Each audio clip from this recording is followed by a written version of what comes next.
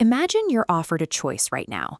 You can take 24 crore rupees in cash immediately, or you can take a single penny that will double in value every single day for the next 31 days.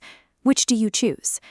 If you take the 24 crore, you receive a massive immediate reward.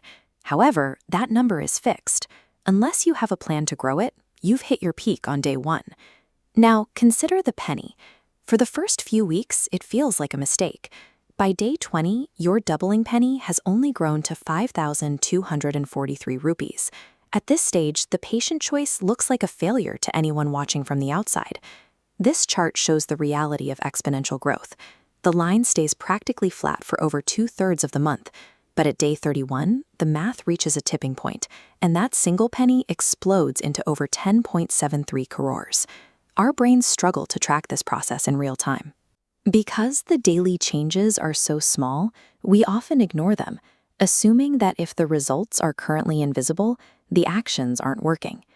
Just as interest aggregates in a bank account, your daily habits, like what you eat, how you work, and who you spend time with, aggregate into your long-term reality.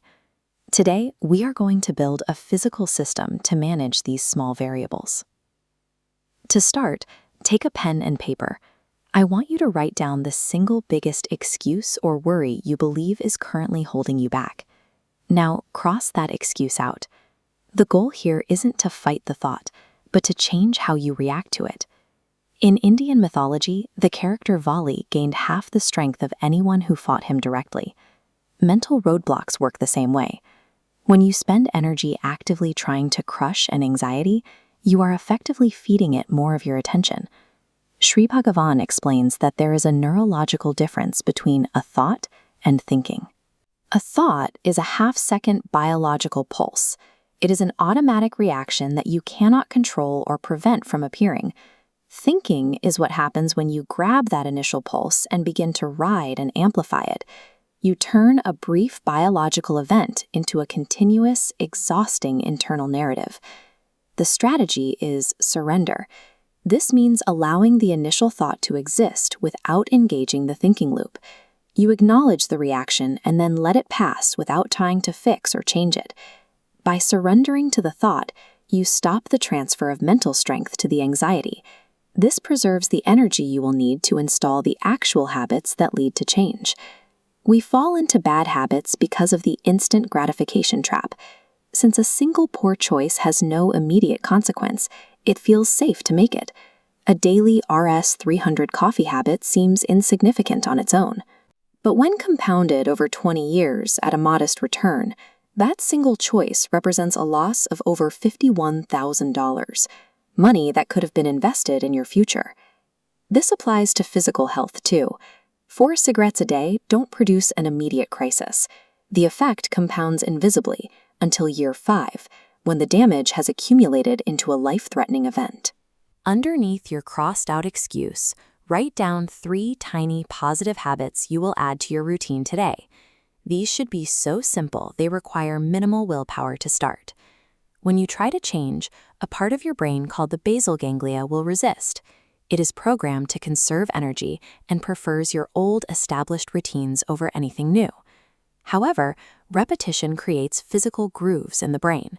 The more you perform a task, the deeper these neural pathways become, eventually turning a difficult choice into an automatic behavior. Willpower alone isn't enough to fight old brain grooves. You need a consistent external system to guide your behavior until these new pathways become your primary autopilot. This is where we use the power of momentum. According to Newton's first law, an object at rest requires massive energy to start moving, but once it is in motion, maintaining that movement requires very little effort. To build this momentum, you must bookend your days with fixed routines. By securing the start and the end of your day, you provide a stable foundation for everything that happens in between. On your paper, draw a simple rhythm register grid, columns for the days of the week and rows for your new habits. The morning bookend is a 5-minute routine used to set one positive intention for the day. You complete this before checking your phone or responding to external demands.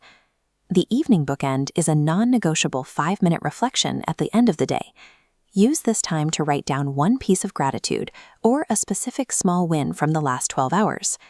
Physically checking these boxes creates a visual record of your progress. As the grid fills up, the psychological desire to keep the chain unbroken begins to drive the behavior automatically. This 10-minute framework removes the need for daily motivation. It creates a predictable routine that allows momentum to take over the heavy lifting of behavior change. The paper you have just created is your guide for the next 3 months. It outlines the specific micro-choices that will determine your trajectory. During days 1 to 30, your only goal is repetition. You must continue the routine even when you see no visible changes in your health, wealth, or happiness. From days 31 to 60, the friction begins to fade. The conscious effort required to start your bookends will drop as your brain begins to accept the new rhythm. By days 61 to 90, the habit is physically integrated into the basal ganglia. At this point, the routine has become a deep neural groove, and maintaining it becomes easier than stopping it. To solidify this commitment tonight, I challenge you to explain the doubling penny story to a family member. By transferring the concept to someone else, you reinforce the logic in your own mind. Your long-term success is less a matter of sudden breakthroughs and more a result of these trajectory shifts. By refining your micro-choices starting tomorrow morning, you are effectively choosing your destination in advance.